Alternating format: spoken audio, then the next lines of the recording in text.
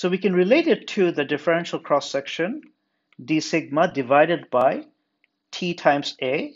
And that's because, the differential cross-section per unit area is the probability, or is the, yeah. So to get d sigma, we multiply by the velocity of the initial particle in the rest frame divided by the volume. And the velocity is equal to the momentum. In a relativistic frame, it's given by Ka divided by Ea. So this is the velocity. Then we have 1 times V. So if we do this, and if we basically divide by this quantity, divide this guy with this quantity, we can write that as d sigma. So d sigma is going to be 2 pi to the power 4 delta 4 Ka plus Kb minus sum over the final momenta, and then divided by 4. Now Ea is going to be cancelled by this factor of Ea, and it's going to be replaced by Ka. Oh, sorry. K is the modulus of the 4 momentum. Let me be clear about that. And then there's going to be the 4 momentum, the 3 momentum. And then we are going to have this times the matrix element, the matrix element squared, times the momentum integration measure over the final momentum phase space. So this is called the phase space, the space of the final momenta. So this is going to be our differential cross-section. So this formula relates the differential cross-section to the matrix element in a particular reference frame. This is the reference frame where the it's called a fixed target reference frame, because it's the reference frame in which the target particle is at rest, and the initial particle has 3 momentum Ka. Okay. So let's look at the expression for the differential cross-section in a arbitrary reference frame. So the differential cross-section is m squared divided by 4 Ka Eb, and all the rest of this stuff. So here we have got m squared and the numerical factor, but all these other stuff we can put them in what we are going to call dLIPS dLIPS 2. What is dLIPS 2? So dLIPS 2 is 2 pi to the power 4 del 4 Ka plus Kb minus K1 minus K2. Now we are specializing to the case where we have 2 final particles. So this times d cubed K1 divided by 2 pi cubed 2e K1 d cubed K2 2 pi cubed 2e K2. And this is called dLIPS because it's a differential element of the Lorentz invariant phase space of 2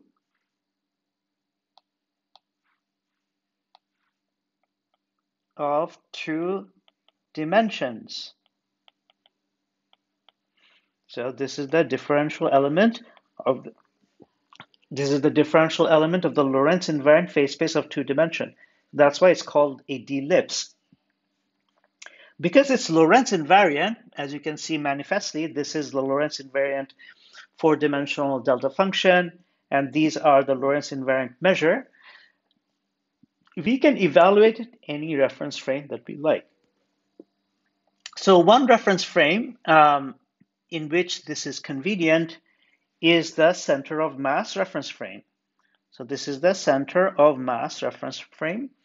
And in the center of mass reference frame, the three-dimensional momentum of the initial particles are opposite of each other. So this is Ka and this is 3 of Kb. So this is the definition of the center of mass frame. So in this reference frame, the dLIPS is going to be 2 pi to the power 4, and then we have delta, the EA plus EB minus square root of S. I'm going to define what S is in a minute, and then D cubed of K1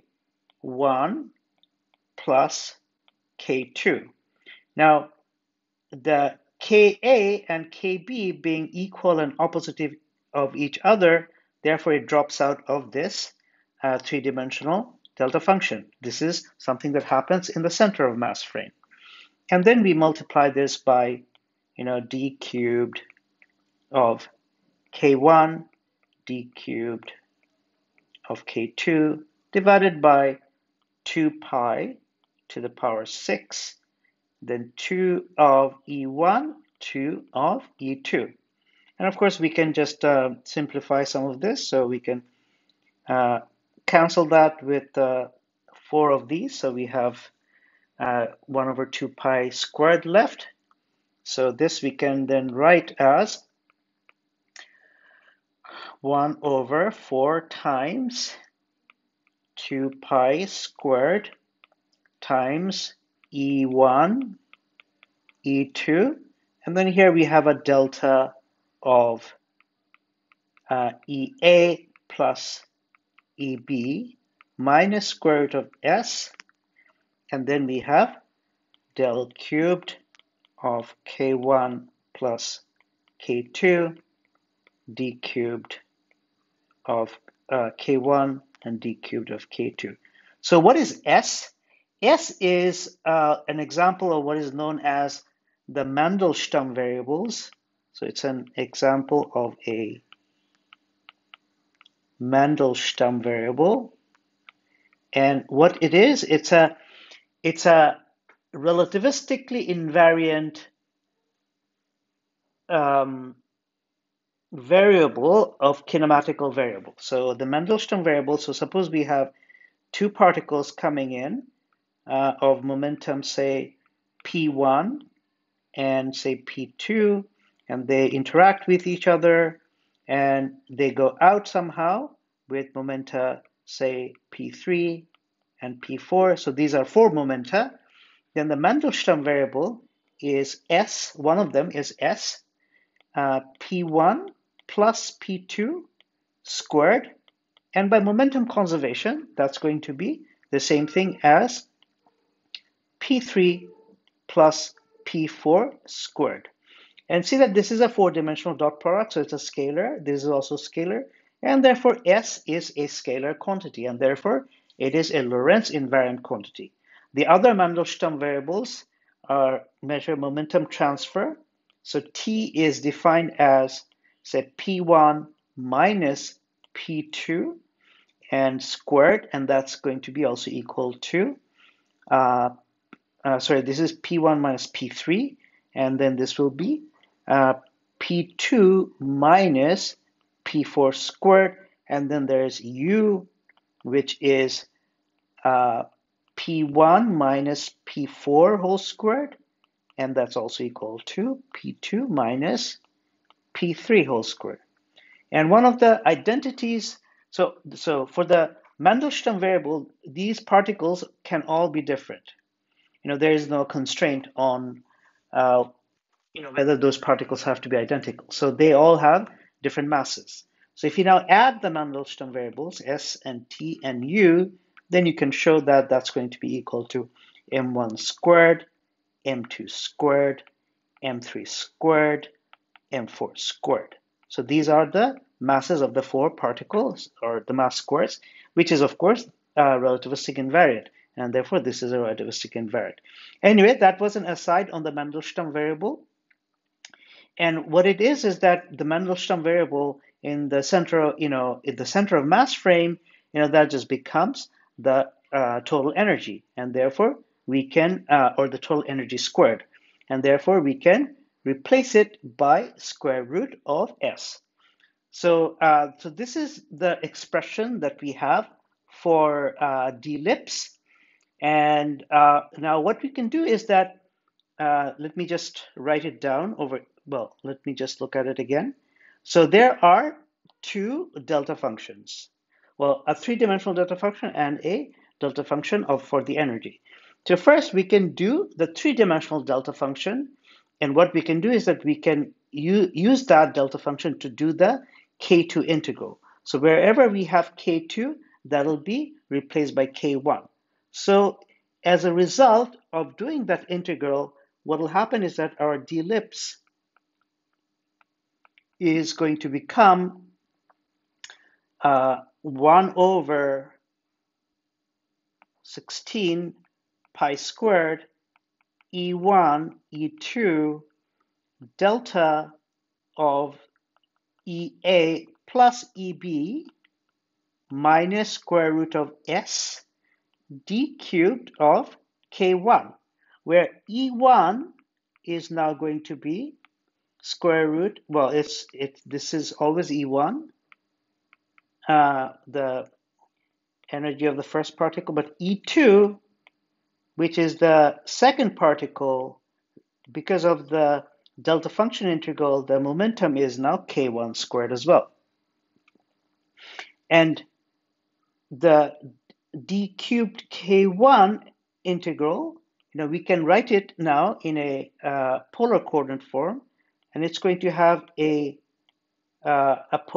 radial part, K1 mod squared, and then there's going to be d of K1 mod, and then there's going to be d of omega, where this is, what is omega? D omega is sine theta, d theta, and d phi, where theta is the angle between the initial particle, or the initial Ka momentum, and K1, the final momentum. So what we can do is that then we can, we see that we can do the K1 integral, and we can use this delta function to do the K1 integral, but this delta function is now expressed in terms of E. But of course, we see that,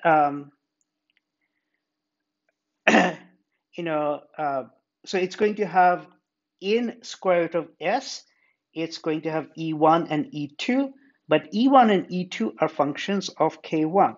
So the argument of the delta function is a function of K1.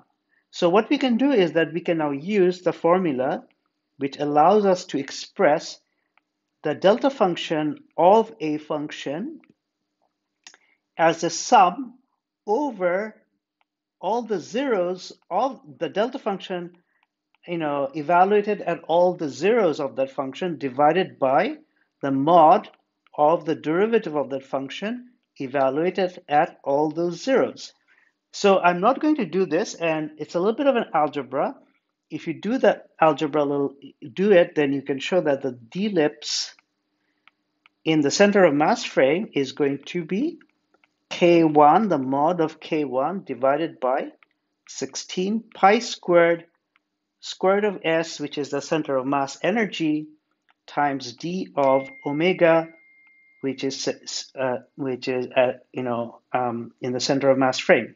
And therefore, the differential cross section is going to be d sigma by d omega center of mass, and that will be 1 over 64 pi squared times S, because there was a factor of energy there before, and then this is going to have K1 mod divided by Ka mod and times the matrix element squared. And this is a very important formula which will allow us to relate the matrix element that we can figure out from the Feynman rules to a differential cross-section which we can go and measure in the lab experimentally.